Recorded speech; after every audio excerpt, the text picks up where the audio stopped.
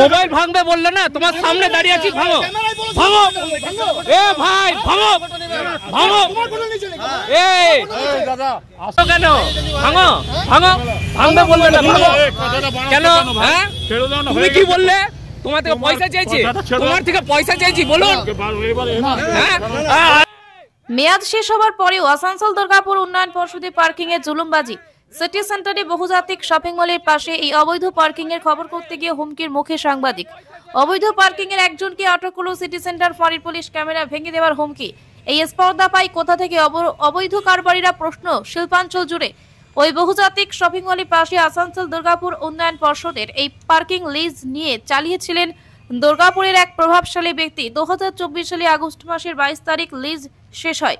নতুন করে লিজ না হওয়া পর্যন্ত আসানসোল দুর্গাপুর উন্নয়ন পর্ষদের তরফ থেকে সেই সব পার্কিং ফ্রি ঘোষণা করা হয়। তারপরেও ওই প্রভাবশালী ব্যক্তি তার দলবলকে সঙ্গে নিয়ে প্রভাব খাটিয়ে দিনের পর দিন পার্কিং এর নামে তোলাবাজি করেই চলছে। শনিবার বিকেল 5টায় সাংবাদিকেরা সেই খবর করতে গেলে বেশ কয়েকজন সাকরেট সাংবাদিকদের ক্যামেরা এবং মোবাইল ভেঙে দেওয়ার হুমকি দেয়।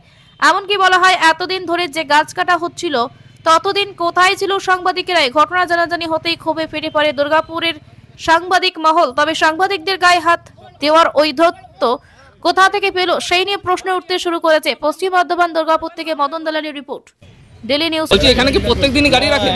হ্যাঁ, প্রত্যেক যেদিন বাজারে আসে সেদিন রাখি। কত টাকা করে নেয় দাদা? কতদিন ধরে রাখছেন এখানে এরকম গাড়ি? যখন আসেন এখানে মার্কেটে সপ্তাহে একদিন করে আসি। 20 টাকা করে নেয়? হ্যাঁ। আজ কি টাকা ফেরত চাইলেন? হ্যাঁ, এই সবাই নিচে আমু নিলাম। কি বলছে, বৈধতা নেই এদের? দিয়ে দিল টাকাটা, আমরা টাকা ফেরত দিয়েছি। কি নাম দাদা আপনার? আপনার নাম? তাপস। তাপস কি দত্ত। না দেখো, এটা তো ডেফিনেটলি এটা অনৈতিক এবং অন্যায় করছে।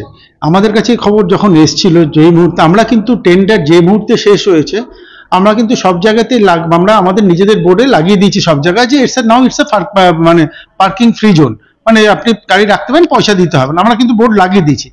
তারপরও এরা জানি না আমি কার সাহসে বা কিভাবে তারা এইভাবে পয়সা কালেকশন করছে বলে আমরাও শুনেছি।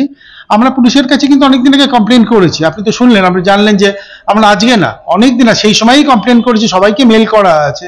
এবার নেগলিজেন্সি কোন এন্ডে বা নানা রকম কাজ থাকে পুলিশেরও, জানি না কোথায়। মোট কথা আমাদের এডিটির যা যা দায়িত্ব, আমরা সেগুলো আমার মনে হয় আমরা যথাযথভাবে পালন করেছি। অবশ্যই, ডেফিনেটলি। এটাকে আপনি মনে করেন তাই যে রাস্তা থেকে যে কেউ আপনার থেকে গাড়ি রাখার জন্য পয়সা যাবে, যেখানে বিয়ে নেই, তার লিগাল ইয়ে নেই, সেটাকে বিয়ে ন্যায্য? একদমই নয়।